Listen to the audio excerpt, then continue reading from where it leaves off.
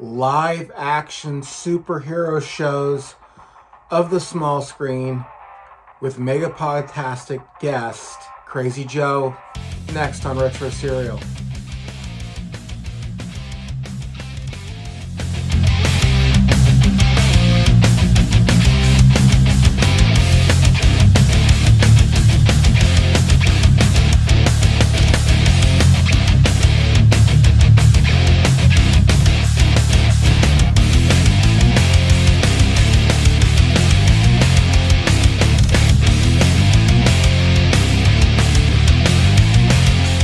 Hey everyone, welcome to Retro Serial.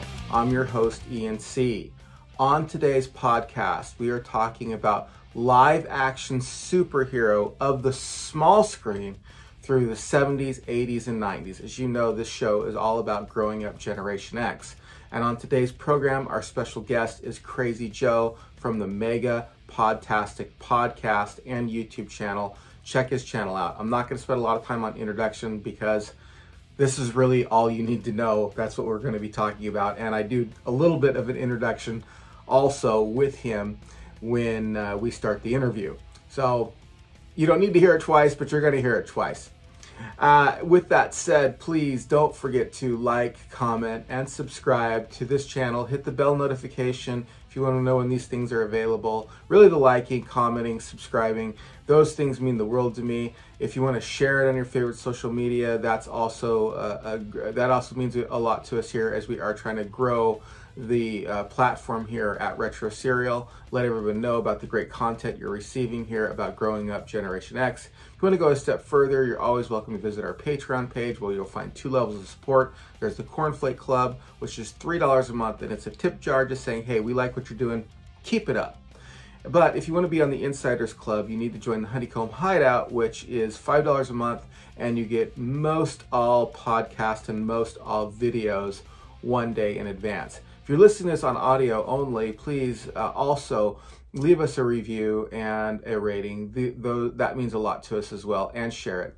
But if you like what we're doing on the podcast and you listen to us, you might also like what we're doing over on the YouTube page, where you'll find a lot more content related to, if I can get my words out here, content related to growing up Generation X and the arts and entertainment mostly. All right, with all that said, let's just get straight to the interview. Hey everyone, welcome to the podcast. I'm sure you've already heard the introduction, so I won't make a lot of more introductions, but with me, I've got Crazy Joe from Mega Podtastic podcast. He is joining me today. We had a little bit of a hiccup. We tried to do this on Zoom at first, but then we realized, hey, Zoom wasn't working for us. And so we decided to shift it over here on StreamYard. So if you're used to the same visuals every time, it's going to be a little bit different this time. So we're on StreamYard today. Joe, how are you doing, my friend? Doing okay. How about you? I'm doing good. I appreciate it. You know, I reached out to you a while back because you had Dave Sundstrom on your show. And Dave Sundstrom's been like a big older brother to me, you know, and a lot of people out here on the internet. And I watched that show, and then I started to binge watch your material. And of course, you know, I'm a nerd myself, as you can see from the background here. You know, I got my friends, I've got my Back to the Future, I've got everything, all that kind of stuff going on. My Star Wars characters back there. Well, I don't know if you can see all of them or not, but I'm huge into the nerd culture, and I'm huge into growing up Gen X. And that's kind of what Retro Serial is about. It's about growing up Gen X and just kind of the overall TV, films, you know, music, big into music and that kind of stuff. And I noticed that you had some similar stuff over there on your show, but I mean, you go into like modern day stuff too, right? Absolutely. Yeah. It's, I don't know. I like a little bit of everything. I know, I have some friends who really, I don't think they like anything past 1989. which to a degree I can understand, but right, but right. no, I can't quit anything. Well, hey, I like it too, but for me, it was more of a situation where I had to niche down, like I had to think, okay, what can I broadcast about? But tell me a little bit about your the beginnings of your show. Like, what got you into this? What made you say, um, I'm going to be a podcaster and a video caster? Or do you have videos and podcasts too, or is it just the Yeah, YouTube? we do an audio podcast every Friday, Oh, and cool.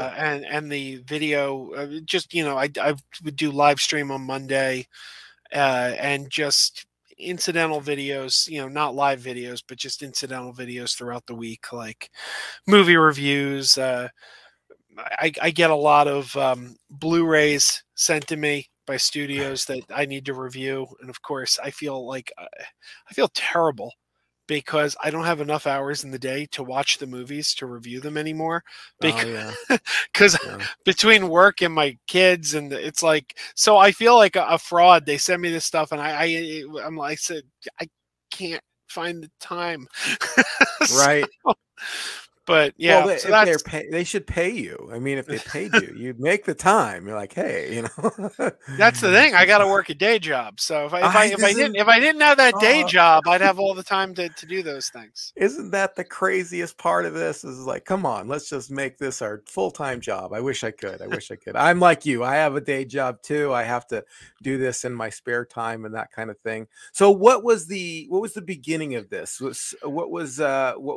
What made you think, hey, I'll start this podcast and we're going to talk about subculture or pop culture? What was that?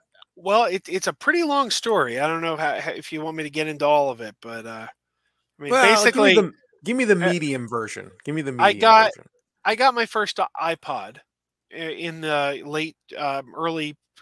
I mean, mid 2000s. I don't know, like '06, somewhere around there. I got my first iPod, and I kept thinking. I thought to myself, "Hey, maybe I could listen to one of these podcasts I hear so much about."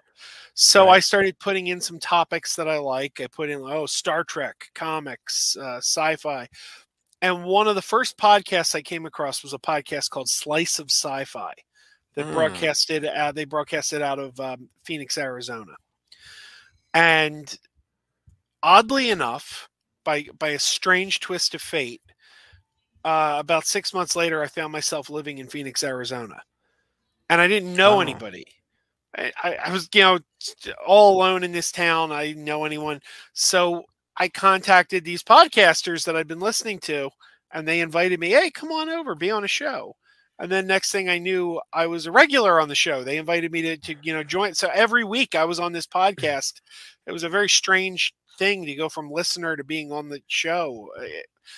And then I moved back to Philadelphia again, and I started getting emails from all the Slice of Sci-Fi listeners saying, "Hey, we miss you," and they were like, "You should start your own podcast." So I did, and it was originally called Mega Podzilla. We thought we'd go for the Okay. pun. We thought pun. Oh, Godzilla, Yeah. Podzilla. It's a podcast, which, by the way, was not a good idea for a title because people assumed we were a podcast about Godzilla, whereas like Oh. we were just a pop culture podcast. We just thought the name was funny, but people Yeah. heard that and they just thought, oh, it's a Godzilla podcast, and it wasn't. Right. And then after 9 years of being Megapodzilla, Toho decided to send me a cease and desist letter and tell me that I was infringing on the Godzilla copyright.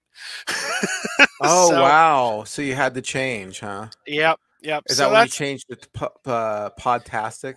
yeah, which probably wouldn't have been my first choice for a name, Mm-hmm. but I'm like, well, now I've got a 9 years of built-in brand awareness. I guess I can't change it too dramatically because I don't know. I thought like something completely different would just throw people off. So I'm like, it's got to sound similar, but get rid of the Zilla part.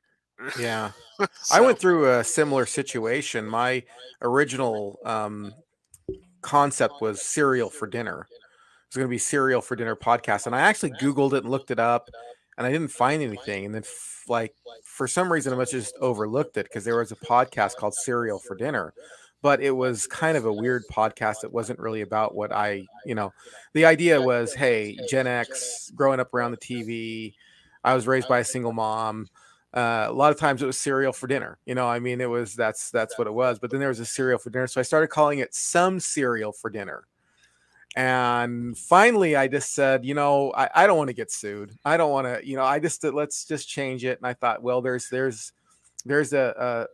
podcast called Retro Blasting, which I really enjoy, and there's one called Retro Crunch. I've got issues with Retro Blasting. Michael French from Retro Blasting and I have butted heads. Oh, have you? Yeah. Well, I don't know him at all. I've actually reached out to him, but he's never contacted me back. But I thought, well, if I'm going to have a podcast, I'm going to need something that represents what I do. So I said retro, and then I just thought, well, cereal, and I kind of kept that. That's kind of how it ended up being Retro Cereal for the most part. But I know the idea of, hey, I'm going to get sued here, so let's change the name. Are you by any chance aware of my friend Heath has a YouTube channel called Cereal at Midnight? Have you ever seen Cereal at Midnight? I only recently saw it because I've been watching some of your shows, and I saw that he was on, and it said Cereal at Midnight. So no, I other than that, but other than the recent discovery, no, I didn't know. But I'm sure it's the same kind of show. Yeah, he's very much into physical DVD, Blu-ray, movie collecting. That's his primary focus. Well, that's awesome. That's awesome. Well, cool. Well, normally I like to reach out to guests and talk a little bit about how they started, but then kind of focus in on the topic, like have them be able to rattle off for good 30 minutes, 40 minutes on something that we're both passionate about. And actually, this is a topic, and I say this almost every time, this is a topic I've been wanting to do for a long time. And I say it all the time because I have a list of topics I've wanted to do. And the topic that I want to talk with you about tonight and have you talk to me and my guest about is the live action superhero show, both TV and movie. And that how it kind of started in Gen X, and maybe the evolution of the technology, and then maybe even into the 2000s, because I think we really saw a shift there in the 2000s. But with that said, if you were going to say, hey, I'm going to do a lecture on live action superhero shows, TV and movie, where would you start in the Gen X genre? Gen X are things that can go a little before, because some stuff we grew up watching. Well, I'd say it probably all started with George Reeves, which obviously that was not my generation, but I did watch the reruns growing up. Yeah, me too. And even more so because they did rerun the George Reeves Superman, but even more so, I know in the 80s growing up, Adam West's Batman was all over the TV. So it was obviously 20 years old, but I didn't know that. It was I was a kid watching those episodes in the summer afternoons. I didn't realize I was watching some old show. Yeah, I didn't either. I didn't even think about that until you just brought it up just now. But that is the truth of the matter. I mean, when you're a kid and you just turn on the TV, you don't realize that, hey, this is some old show. What do you think is maybe let's go back to the Superman one for just a moment. Do you feel like there was any cultural impact or any cinematic impact on how they were doing things and the storylines and maybe what the issues that they were talking about there? I would say no. I think they tried to, well, I don't know. If you look back, the first season was interesting because the first season of the George Reeves Superman was very had almost like a noir feel to it. But then the storyline started getting a little sillier as time went on. But I don't know. I think they tried to keep things very very simplistic on that show. They didn't really get into any heavy topics. I once asked, at a convention, I met Noelle Neal, who played Lois Lane on that show, and I asked her, how come Lex Luthor was never on your show? Because he was in the comics at that time. Why was there never an episode where Superman met Lex Luthor? And she said, They wanted to keep the storylines more kid friendly, and they didn't want to like have like fiendish villain plots. Like they thought that was maybe a little too much. Like instead, because if you have somebody like Lex Luthor, you're obviously going to be having to do like story arcs, and you're Yeah, not going to be able to tie it up in by the end of the show. yeah. How long was that show? Was it an hour long or was it half hour? Half hour. Half hour. Okay. And Yeah. how many seasons did it run? Do you know? It ran for, I believe, 6 seasons, but the later seasons were they were shorter, I think. So I don't know. Not Like as many episodes. yeah, I know when you buy the DVDs, season 1, season 2, they get their own sets, but by the time you get to it, then it's like season 3/4. So they were producing less episodes a year. I'm not sure. Huh. I don't know. I don't know all the behind the scenes on that show, so I'm not sure why that was. I remember really wanting to be Superman. Of course, you know, when we get to the Superman movie in what was it, 78? Yeah. 78, yeah. That was amazing. I remember jumping around thinking I was Superman, trying to jump out of trees thinking I could fly.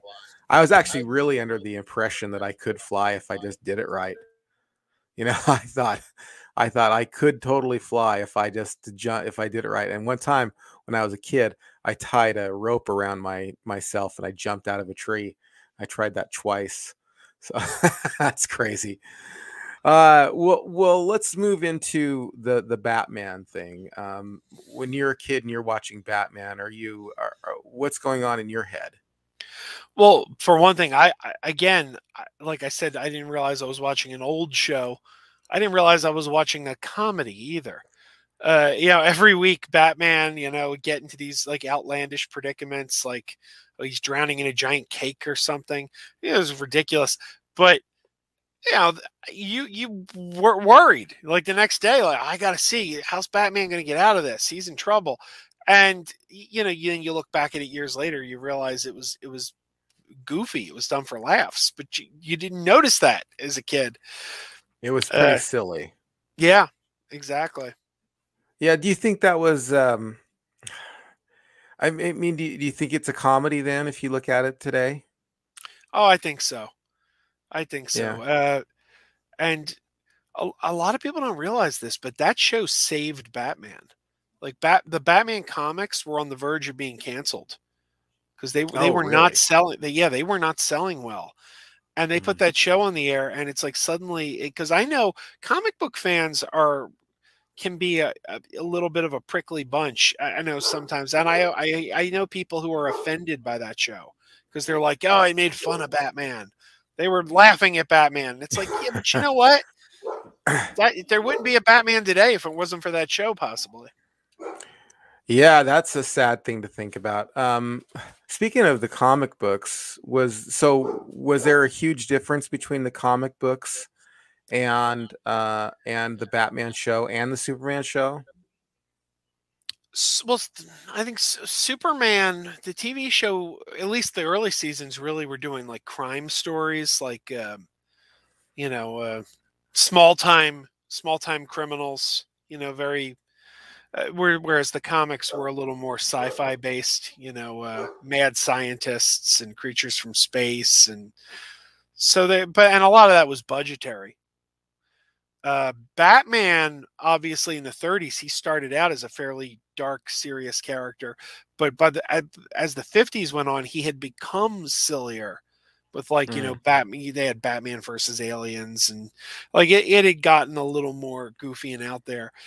So I think the comics and the TV show kind of fed off each other, because when the show started, the comics were kind of silly, but then the show was silly, so the comics started trying to get sillier to match the show, and I think it kind of spiraled out of control. So by the time the 70s came around, they were like, "Oh, we gotta reel it in and get Batman back to being like what he was in the 30s." In the 30s, he was a dark, gritty kind of character. Yeah. That's interesting. That's one thing that's kind of missing in my whole repertoire. I've interviewed a guy who in town who owns the comic book store in my town on a couple of occasions, and it's just one thing that I've not been able to get into. I just never was into it. I was into comic book stuff, but I just never read the comic book. So when I'm watching. And in a way, I guess it's a blessing and a curse, because I think that when you're watching a show and you're a comic book fan, you're always making the comparison. Yeah, yeah.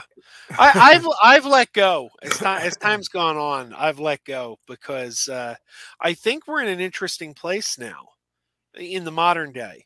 Whereas it used to be that the comics were the source. The comics were the source material, and anything you saw on TV was an adaptation.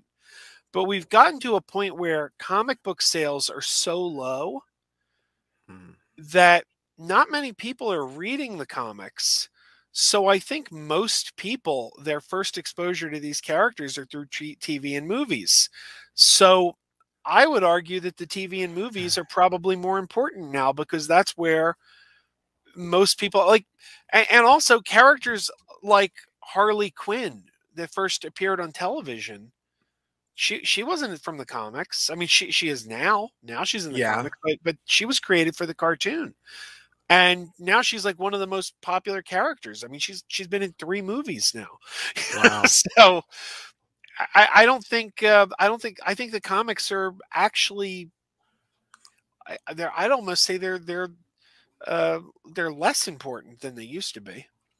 Yeah, that's an interesting take on that. I know that the comic book stores are struggling because they're not just doing comic books anymore. They've got to bring in a lot of memorabilia and stuff like that to keep their doors open even. Yeah. Yeah. Well, do you see as you're watching, just still dealing with the small screen, as you're watching Spider-Man, or sorry, as you're watching Batman and Superman, is there a noticeable difference in the technology, in the what's the word I'm looking for? Like special effects. That's the word I'm looking for. Special effects between Superman and Batman. Yes. Batman. Other than Batman's in color and Superman's not. I think Batman looked more slick. Like it just, the Batmobile. Just look at the Batmobile. Look at the Batcave, the set design. They certainly put more money into Batman. Yeah. I mean, Superman was a pretty low budget show. Yeah. He kind of jumps out the window, and yeah, you can see him on the and then Batman, although Batman doesn't fly, they do scale a lot of buildings. Yeah, and they try to make that kind of a little bit more realistic. So for moving forward now, we're going to move forward.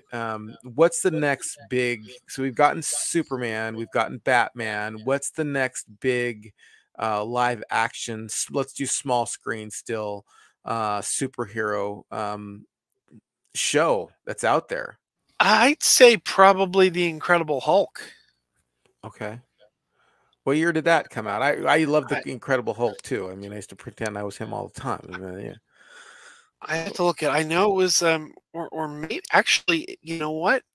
Might be Spider-Man. I think Spider-Man might have beat the Hulk by a couple of years. Yeah. Let's well, the show. Let me double check. The show was called The Amazing Spider-Man. I don't remember when that premiered, but I do think it might have beat the Hulk. Okay, so the TV show started in 1977. Right.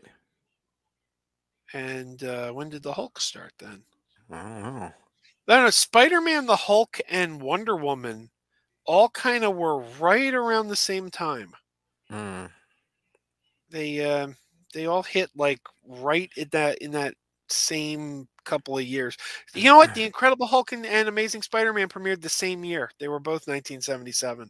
Wow, that is awesome. That is awesome. Two of my favorites, actually, right there. I mean, we're going from DC to Marvel, right? I mean, Yeah. going from DC, Superman, Batman to Marvel, Spider-Man, and Incredible Hulk. Of course, Wonder Woman's all. And I double checked. Wonder Woman was 75, so Wonder Woman beat the Hulk and Spider-Man. Oh, okay, all right. So we got some girl power going on there. I love Linda Carter. I love her. I think she is the most gorgeous woman. Seriously, even today, she is one of the most beautiful women ever. I don't know what your take is on that, but She doesn't age. Like she was just in the new movie Wonder Woman 84. She yeah, doesn't she don't look that much older. yeah, not at all. What do you? So you're a kid. You're watching Wonder Woman. You're watching Spider Man. That Spider Man one was weird, wasn't it? Like I go back and I look at that and I'm like, did I like this? It was this kind of like a weird show. Well, I remember the Spider-Man show. They used to put like two episodes together and show them on Saturday afternoons, like in like the mid '80s. They'd be like, and they'd try to pass it off as a movie. They'd be like, this Saturday, I made Spider-Man and the Chinese Web, and it's just two episodes of the show. But yeah, no, Spider-Man is a character that you can't do Spider-Man on a low budget. It doesn't work. Yeah. Just the nature of like his superpowers. I mean, you could have like somebody, just pretending they're flying, but it's hard to do that with swinging on a web or Yeah. it just didn't work. No, and the stories were a little like slow, as I recall. They were a bit slow. Yeah. And they didn't have any of his villains like that. Like you wouldn't have an episode with Electro or the Green Goblin or Yeah. so. Oh, so Wonder Woman, did that stay faithful to the comic book? Mm. It wasn't too bad. Well, It tell wasn't. me some of the differences. What are some of the similarities and differences? Well, one thing I've always said, my wife is obsessed with Wonder Woman. My wife loves Wonder Woman, but I always had a little bit of trouble with Wonder Woman because she was a hard character for me to wrap my head around because they never seemed to come to a consensus as to what her powers were. Like one person would write her and she would be as strong as Superman. Then another writer would write her, and she's not as strong as Superman. Then someone else would say she could fly, and someone else would say no, she can't. And it was like I always felt she was a character that needed consistency. Like I thought all the writers got to get on the same page with this character. Yeah, I, I totally agree with that. Now that you're saying it, it's just like yeah, sometimes she could only jump high, and sometimes she could fly, and then sometimes she needs her invisible jet. It's like, yeah, what's that all about? yeah. So I don't know. The TV show was pretty faithful, I guess, but again, the comics were all over the place. So I Oh, guess the they had a lot of comics were all over the place. yeah. So Yeah. I guess they could pick and choose whatever they wanted on the show. Huh. Well, I also know too that the comic, but not the comics, but I know that um the TV show didn't wasn't one season in World War II and then one season in the modern era. Yeah, yeah. The first season was set in World War II. Then it got canceled, and a different network picked it up. I can't remember if it started on ABC or started on CBS, but it was on both of those networks, CBS and ABC. So one canceled it, the other picked it up. But when the new network picked it up, they wanted it modernized. So they Huh. changed it to because Wonder Woman's immortal. They changed it to well after World War II she went back home, and now it's years later and she's coming back again. She's and what's his name? Lyle Wagner played his own like grandson. Like he Oh, played like he was the grandson of the character he played in the first season. that's how they. Well, that's a little bit better than '84, where they just kind of bring him back in a different body or something like that. That was a little weird. Yeah. Is that the same character? That right? Am I Yeah. talking about the Yeah. same character? Yeah, Yep. they just bring him back in a different body. I loved Wonder Woman, the first one, the movie Wonder Woman. I thought it was fantastic. I loved it. Really got me into Wonder Woman. But I didn't like the second one. I didn't like 84 as much. See, there's a lot in '84 that I did like. I loved the mall scene. I mean, look, I'm a sucker for a mall. You have an action scene in a mall, I'm all over that. Okay. So, there were a couple things in that movie I really enjoyed, but no, it's not nearly as good as the first one. Well, I didn't like just in that whole vein. I didn't like the way they brought him back. I mean, why? If you can wish for things, just wish him back. Why does he have to control somebody else's body? That was Yeah, that was odd. Of course, you're dealing with superhero shows, so it's just like where you draw the line of suspending reality is kind of highly individualistic, highly personal. But for me, that was like one of those. I think what we want is we want it to make sense. We don't mind if the whole story doesn't make sense, but like within the story, we want consistency. You know? Yeah, yeah, I think it's just absolutely. like if I say all dogs fly and my Gracie, my dog, is a dog, therefore Gracie can fly. That makes logical sense. None of it's true, but it makes Right. total logical sense given the premises. You know, I was trying to explain to my friend just last night. I was doing my live stream. My friend was on, and I was trying to explain to him why I hate the movie Ratatouille. And I said, I can't buy that that you can control someone like a puppet by pulling their hair. I just can't buy that. And he said, but you're willing to buy a mouse that can talk and likes to cook. And I said, yeah, because within the world we set up, we're in a world where rats can talk and this rat can cook. But you're taking it a step further and saying now the rat can also defy the laws of physics. right, it's right. like it's like you went from a couple steps to a giant like leap off a building. Right. Did the comic book fans of the Wonder Woman era, did they like Wonder Woman? Did they like the television show Wonder Woman? Even now, like you as a comic book fan, and you look back at Wonder Woman, are you satisfied with the product that they produced? Oh yeah, yeah, definitely. I watch that show with my wife and my kids. We all enjoy it. I mean, my kids will snicker at the special effects, but Yeah. especially when she's in her invisible jet. On that show, man, when she's on the invisible jet, it's just a doll. You see like a doll sitting in like a. It's Yeah. pretty rough, but it's fun. I bought season 1 and 2 for my stepdaughter, so we break into those occasionally and watch them.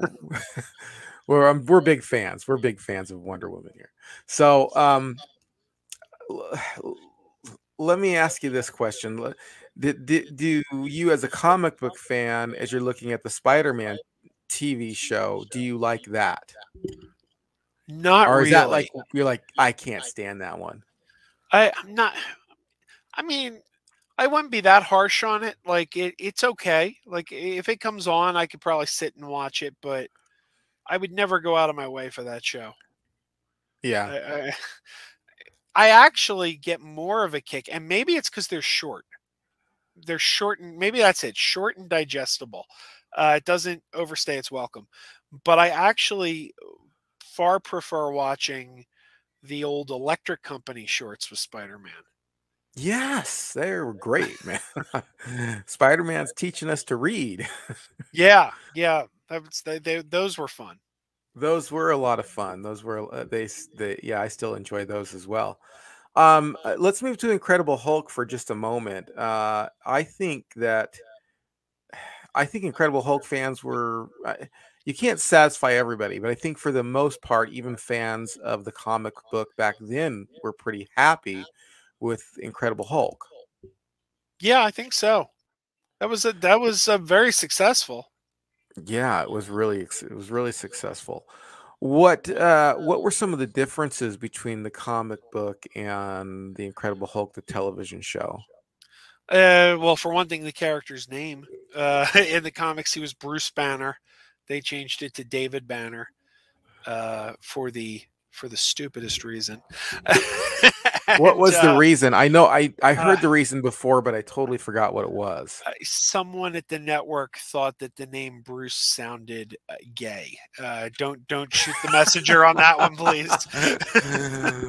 No, Uh, yeah, so that it was dumb. It was Yeah. really dumb. But yeah, they decided he should be David Banner, and also the Hulk could talk in the comics. He wasn't going to be reciting Shakespeare or anything. It was Hulk smash, Hulk, Hulk hate puny Banner. Right. But he talked. He never spoke on the TV show. Now I have to admit that the Hulk television show of the 70s is a way better product, in my opinion, than that first Hulk movie that came out in like 03 or whenever it was that it came out. I don't know. What do you think? I admire a lot about that Hulk movie. Like, for one thing, Ang Lee set up the shots where he would have different like a box Yeah. here, a box there, and it simulated the look of a comic book panel. And I thought, hey, that's pretty cool. But the story was truly awful. It's about the Hulk having daddy issues. It's like Right, I don't right. know. I don't know what they were thinking with that story. I don't know either. And then they changed to Ed Norton, and now they changed the guy who's kind of been carrying it lately. Yeah, well, Ed Norton's got himself to blame for that one. Oh, what Yeah. happened with him? Do you know what happened? He was not happy with the final cut of the film, so he refused to go and promote the movie. When Marvel wanted him doing like the talk shows and everything, going out and pitching the movie when it was in theaters, and he refused because he didn't like the final cut. He wanted to do a cut of the movie himself. He wasn't the director, but he wanted to come in and do a cut, and Marvel said, no, you're not the director. And he wouldn't promote the film. So he thought still that he was going to come back for Avengers. And then Marvel was like, yeah, no, you wouldn't play ball. So, we don't want you anymore. Yeah. He's one of those geniuses that's like notoriously difficult to work with. Yeah. He's a great actor though. Right, right. All right, well, when we move into the 80s and we start thinking about live action television shows, superhero television shows, what comes to mind for you? For the 80s, there weren't a whole lot of superhero TV shows in the 80s based on known superheroes. Now, I can think of one, 1988 Superboy came to television. There was Superboy, but Was that with Joaquin Phoenix? No, it starred an actor. The first season, it starred an actor named John Hames Newton, and he unfortunately got several DUIs while he was shooting the series, and they didn't think that was a good look for Superman, so they fired him. And in the second season, they brought in another actor named Gerard Christopher, who was actually much better in the role. And that show actually crossed over into the 90s. It ran like 88 to like 92, I think. But other than that, in the 80s, there really weren't many TV shows about the famous superheroes. You would get things like the Greatest American Hero. That was one I was thinking of because that's was one of my favorite television shows. I've actually got the DVDs sitting right next to me. Oh, wow. I was watching it the other night. Yeah, I did a 5 things you didn't know about the Greatest American Hero on my channel. So that was a lot of fun to look into that and how they changed his name Yeah. from Hinckley, because the guy who tried to assassinate the president. So Yeah. that was a fun one. I think when we start getting into the 80s, and this is something that I riff on quite a bit, 70s too, but I don't know if it was really in the superhero show. You'll have to let me know if it was in the superhero shows, but I do remember it in some superhero shows, in the cartoons especially, and that's the things start to be issue driven. And I know the people who listen to me are going to go nuts, say, hey, you're always talking about this. Well, it's true. Okay, so like, there's an episode about anorexia, or there's an episode about, probably not so much in the superhero genre, but like probably like in the superhero genre, it'd be like standing up to bullies, or making sure you tell the truth, or different things like that. Did you notice any of that coming through when you're watching these superhero shows? Well, it's funny, we missed one from the 70s, and it's the number one culprit of what you're talking about. We missed Shazam, Oh because yeah. in the 70s, that's all Shazam was. Shazam did not fight villains.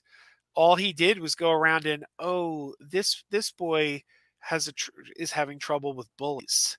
Oh, this kid is experimenting with drugs. This kid lied to his mom. But it's like that was the entire series, was Shazam helping these kids, Yeah. straighten out like little problems.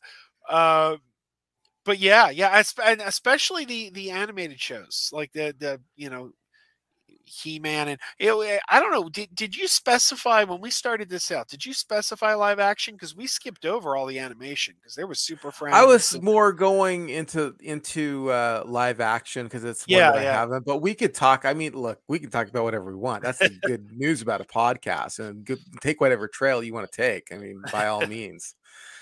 Go ahead. Yeah, no, that's I think that was very much with the animation. Very much with the animation, there were lessons. I don't know that the TV shows got as heavy-handed, except Yeah. Shazam. Shazam, right. Except that one. I actually have one of my very first videos and podcasts that I ever did for this channel was called Mr. Belvedere Taught Me About AIDS. And I I am intending to write a book where I'm going to write 10 things I learned from watching TV. It's going to be called Mr. Belvedere Taught Me About AIDS and Other Things I Learned from Watching TV Growing Up Gen X, or that's a long title. It'll be pared down to something, but I just remember that. I remember, the always being hammered, from every angle about drugs or bullying or anorexia or bulimia or whatever. It was just everywhere. Tonight on a very special episode. Yeah. It's terrible. It's God, I'm sorry, this is a tangent, I know, but it's terrible. But I mean, one of the most popular episodes, it just shows you how twisted our society is. One of the most popular episodes of Different Strokes is the Bike Man. Oh yeah. Yeah. I mean, it's so horrible. It's a bad one for sure. Poor Gordon Jump. Oh. Right. Yeah. Did you ever hear? No, I'm sorry. I have a tendency to tangent. I apologize, but there was an episode of The Jeffersons where there was a character actor, James. I'm blanking on his name. People on the East Coast always know him as Mr. Pathmark. He was the face of Pathmark supermarkets on the East Coast, but I can't think of his name. Will come to me later. But this character actor played a racist on an episode of The Jeffersons. Oh yeah. And the poor actor, who was not at all like that in real life, he started having trouble getting work, because they would look at him and they'd be like, oh no, we don't want to hire him, he's a racist. Right. And he's like, that was a part I was playing. You played it too well. Yeah. Apparently. Yeah, you're really convincing. That was a big one. I remember in Growing Pains too, when Mike, who is the kid? Not Mike Seaver. I like Kirk Cameron. Kirk Cameron, but what was his character? Well, the father's Uh, was Mike Seaver, right? And the father was Jason. Jason. Oh, Seaver. Jason. Yeah, So he was Mike. I remember one episode where he actually got hired and he got the day shift because he was white, and he ended up having to quit. So because the owner was like, well, I'm going to make you the day shift, and I'm going to give and he starts using racial slurs. I'm going to give the night shift, the dangerous shift, to these guys who aren't white, basically. It was great. They always had an episode of that. Yeah, absolutely. You know what? I have to say this. We kind of skipped over a little bit of the guest appearances of Captain America on like the Hulk. And I have to say that I looked back on that because when Captain America was going to come out, and I'm not a comic book fan, so I don't know the comics. I just know it from the television show. So I wondered, I was like, how in the world are they going to make this cool? That guy looks like the goofiest superhero that you could possibly imagine. And he's doing I was thinking he's got a shield. I mean, how stupid is that? A shield. But I have to say, Marvel saved it. I loved it. I loved the Captain America. What do you think about Captain America? The 70s version was pretty rough with the motorcycle helmet. He always wore a motorcycle helmet. After the success of the Hulk, Marvel desperately tried to get another one going. And they did the Captain America movies, and then they did a Doctor Strange movie. Doctor Strange had a made-for-TV movie, and it was all like, we could spin this stuff off, and just none of it worked. I know I saw the Doctor Strange movie one time. I couldn't tell you YouTube anywhere. I think it might be. Gosh, we gotta watch that. It's pretty rough. I don't remember it that well. I watched it one time right before the first Doctor Strange movie came out. Wow. And it was not an easy watch. Yeah, this is funny. In the 80s, I don't know if you know about this, Marvel, because The Incredible Hulk had been such a hit TV show, The Incredible Hulk was off the air. It was finished. But they decided to turn She-Hulk into a TV series, and they never even shot it. Like it never even went before cameras. But there is, and if you Google them, you'll find them. There were test shots, test images of Brigitte Nielsen. Okay. As She-Hulk, and it is bad. It is really bad. Like it's one of those things where you're like, oh, thank God this never made it to air. Yeah, thank you. I'm glad that didn't make it to the air. Let's move into the 90s a bit. I know that we're starting to get into some superhero shows in the 90s, live action, small screen superhero shows. When you start thinking of the 90s, what television superhero shows come to mind? There's some pretty cheesy one. Oh, The Flash. Yes. The Flash. Absolutely. One that I know of, but I never watched. Never saw a single episode. Fox had a show called Mantis that was, they made it up. I mean, it wasn't like based on any comic book. Like it was just, I bet he was in a wheelchair and he had like a suit that like allowed him to walk.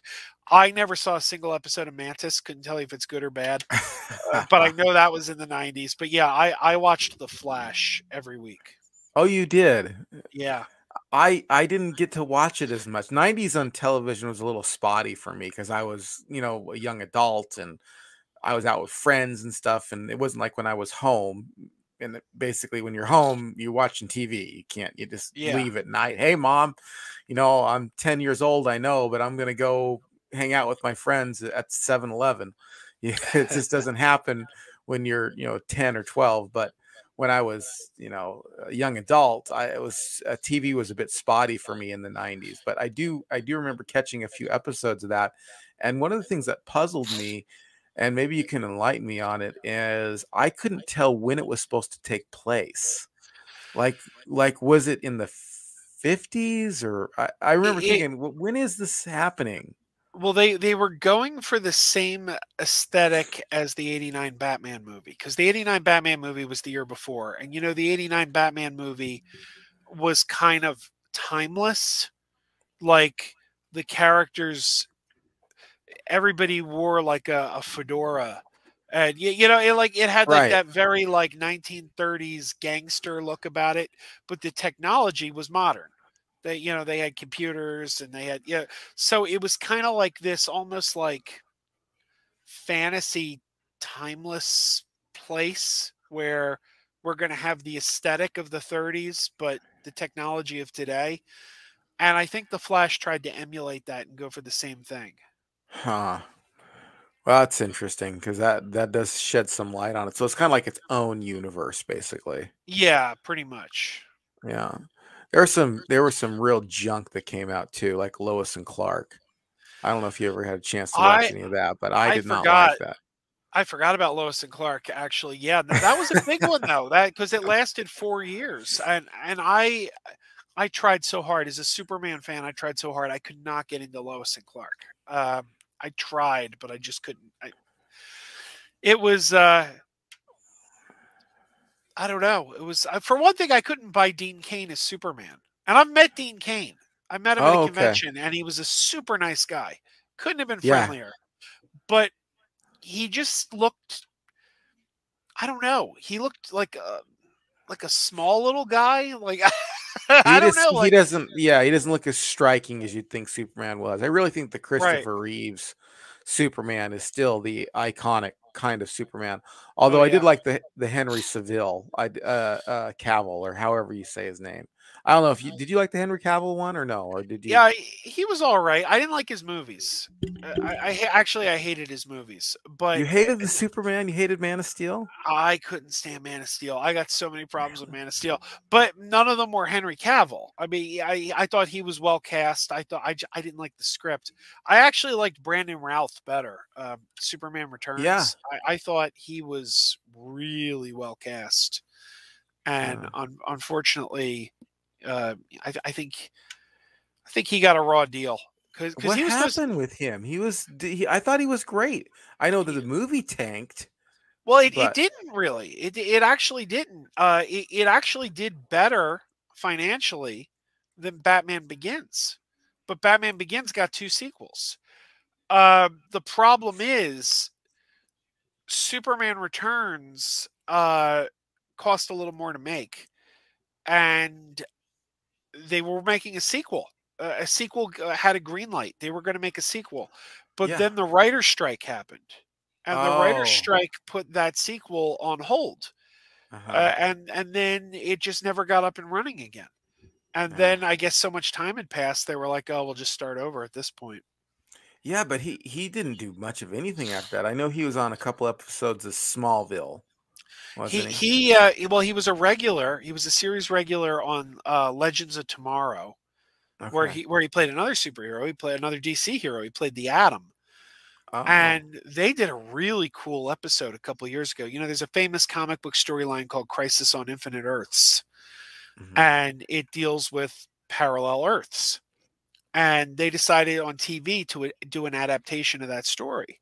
So since they were going to be dealing with multiple Earths, they gave Brandon Routh, who was a series regular playing the Atom, they gave him the opportunity to play Superman again, because they went to the universe where he was Superman, and he got Oh, to wow. reprise his role from the movie as Superman and play alongside himself as the Atom.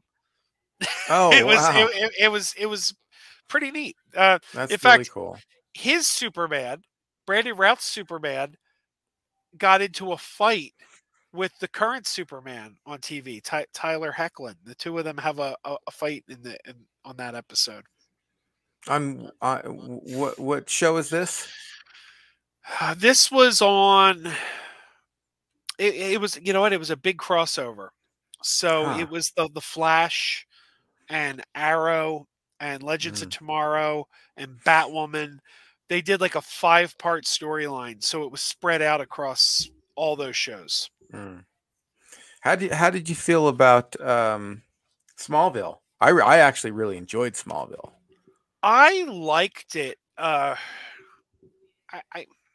I felt like it went on too long, but I did like it. I really liked the cast. Yeah. They had a great I cast. I think that the guy, the Tom, what's his name, who played Superman in that, I thought he did a really good job. He was good, Uh, and I got to tell you that my favorite of all time, my favorite Lois Lane and my favorite Lex Luthor came from that show. I thought Erica Durance and Michael Rosenbaum are the best Lois Lane and Lex Luthor we've ever had. yeah. Yeah, I think so too. I definitely think so.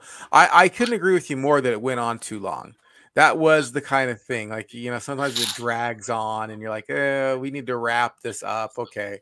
All right. He's in his fifth year of, high school now.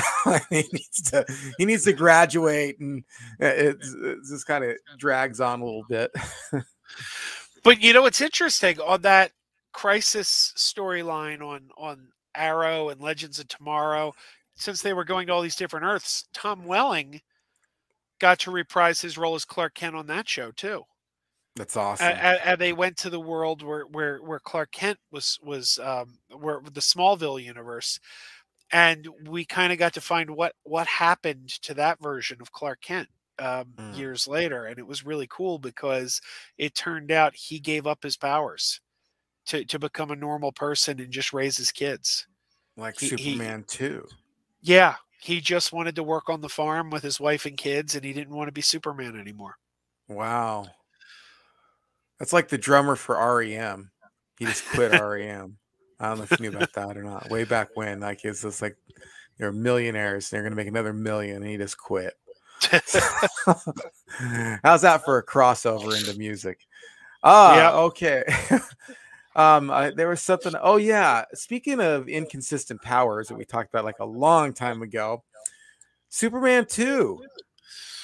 Like, he has some powers in that one that he doesn't have any other time. What's up with that?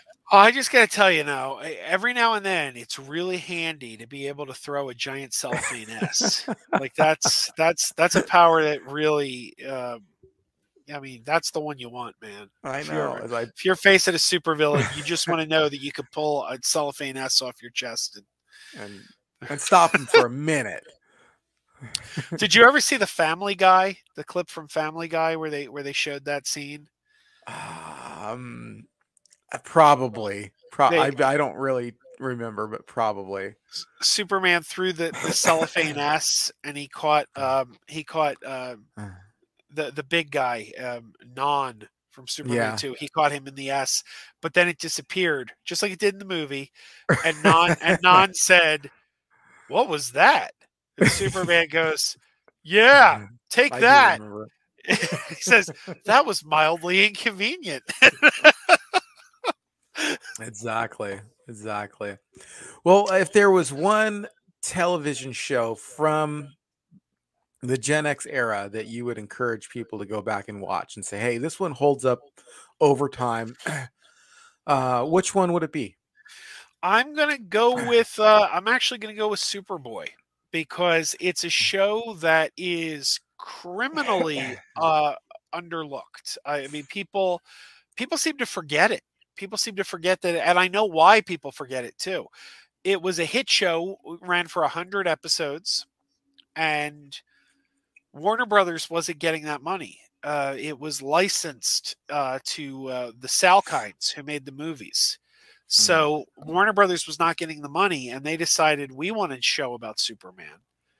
So they developed Lois and Clark, and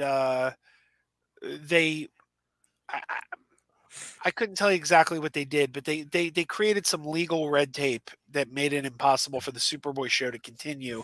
And then they buried it. They made sure it didn't get shown in reruns or anything. So it went for about 20 years without seeing the light of day. People forgot it existed. It was up on it was streaming for a little while on the DC Universe streaming app, but it hasn't made its way to HBO Max yet. So it's one of those things that a lot of people have never seen it because it didn't get reruns, but you can go out and get it on DVD, and it's a pretty well written show, a pretty good Superman show, and I think it's a shame that so few people saw it, because it was a better show than Lois and Clark. and they canceled it to make room for Lois and Clark. They needed to make their money, I guess. Crazy Joe, please tell everyone where they can, if they don't know where they can find you online, please let us know where we can find you online. It's Megapodtastic on YouTube. You know, just go to that search field, type in Megapodtastic. I'll come right up.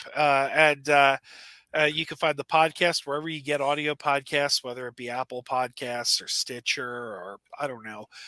Wherever you listen to podcasts, you'll find the audio version. Awesome. Awesome. Well, I want to thank you for joining me today on Retro Serial. It's been a pleasure to talk to you. Stick with me just for a minute as I close out the show. I want to thank everyone for listening to this episode. Now, you know what to do. Hit that like button, hit the subscribe button, hit the share button, and if you dislike this, go ahead and hit that thumbs down button twice. That's how you let us know that you didn't like the show. You got to hit it twice, though. You can't just hit it once. You hit it twice. That'll really let us know that you didn't like the show. And please go out and subscribe to Megapodtastic, as I have subscribed there. He has great content over there. And share this on your favorite social media. And if you want to help me out at all, you can follow the Patreon page to our links there, where you can find 2 levels of support. The first level of support being the Cornflake Club. That's a $3 a month, saying, hey, we like what you're doing, keep it up. Here's a little tip for you. But if you want to be on the Insiders Club and you want to get all of these podcasts, well, most all, one day in advance, and videos one day in advance, then you need to join the Honeycomb Hideout. It's $5 a month. $5 a month, share the love, get this one day in advance. So thank you, everyone. I think that's, yeah, if you're listening to this on podcast, just remember that there's more content like this on YouTube. So there's more on YouTube, but wherever you're listening to, I'm just glad you're listening to it. So thank you. If you're a podcast listener, write a review, give me a star rating, as long as it's good. If it's bad, keep it to yourself. All right. Thank you, everybody. Until we meet again, stay retro.